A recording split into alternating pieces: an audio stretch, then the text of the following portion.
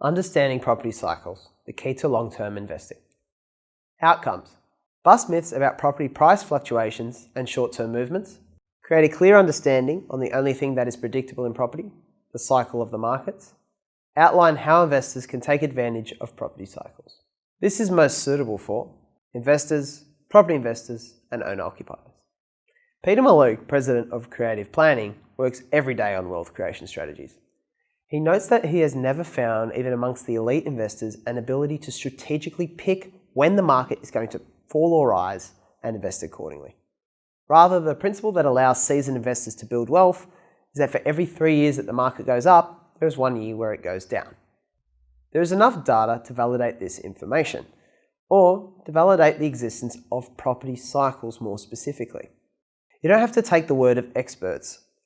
It is incredibly difficult to predict exactly when prices will move, grow, and fall, especially because we see incredibly smart and credible experts fail to do this time and time again. Markets, it seems, are too complex and nuanced to do this reliably.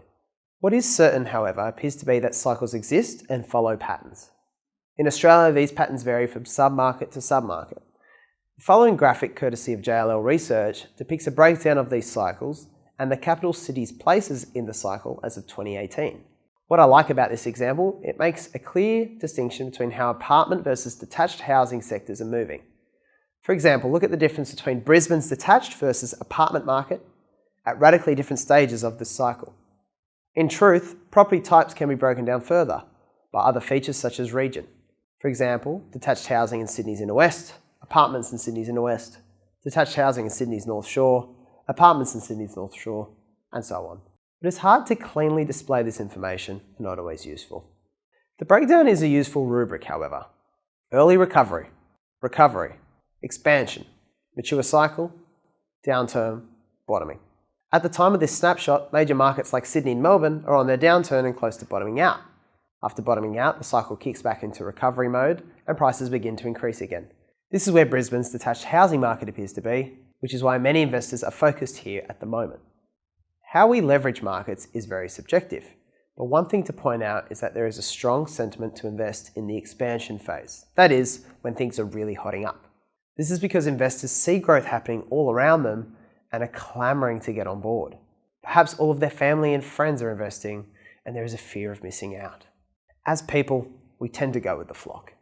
This creates more demand, which inflates values to a point where property prices can get far ahead of what owner-occupiers can afford or are willing to pay, or perhaps what regulators and government are comfortable with in the market. A combination of factors can then spark a peak and transition in the market at this point.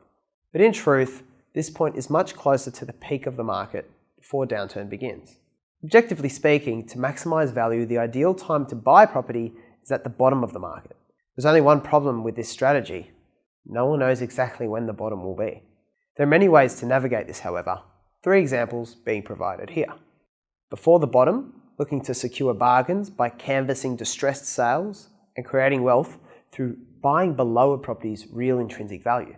This can be done effectively with a renovation to manufacture more gains in value, which will then be maximised once the market bottoms out and enters early recovery. Looking into markets with greater detail.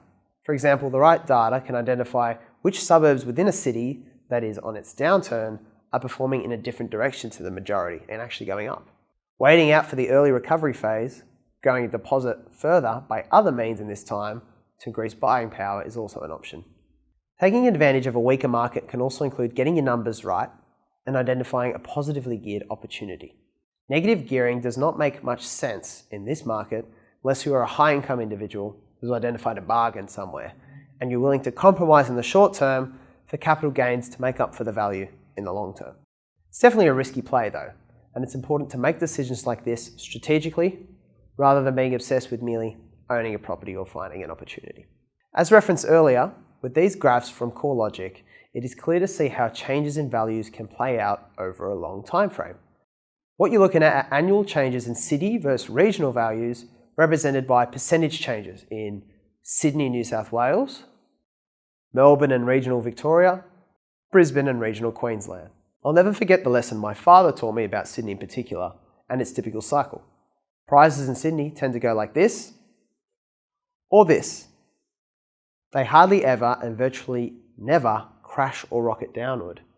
Obviously this is always possible, but it's unlikely. This is because Sydney is a very international city. It retains a strong international immigration, with infrastructure that lags behind, making well-located areas more valuable. They are more sought after. Thirdly, Sydney is bound by mountains and by water, meaning that there is a limit on how far outward we can develop and move, focusing demand on the current geographical spread of dwellings. For this reason, those with the patience to take advantage of the long-term movement of cycles are likely to see wealth increase. The possibilities if investors are able to pick or target with assistance better than average performing properties is fantastic. Why is this so underappreciated?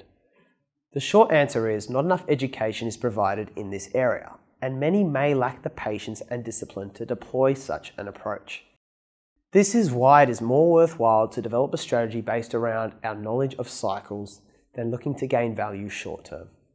The short-term mindset is what I believe drives most investors to sell their property within 5 years and really miss out on the real value. This has been a very dense topic, so let's consolidate a bit and break it down to a few key takeaways. 1. It is more important to understand cycles than make long-term predictions about when exactly the market will rise and fall.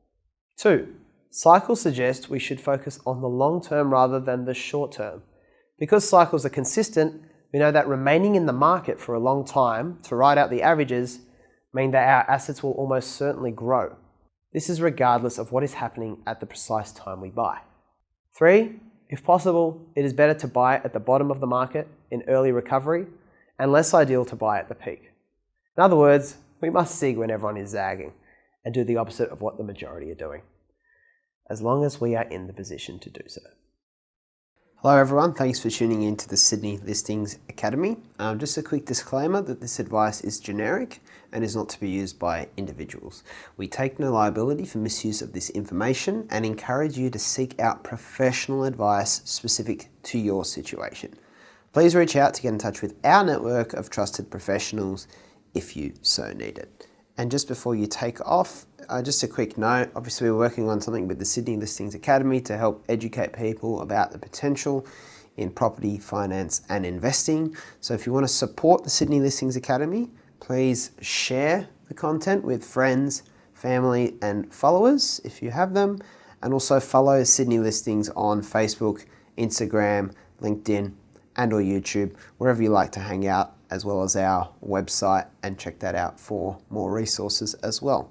Thank you very much guys, and we'll see you in the next video.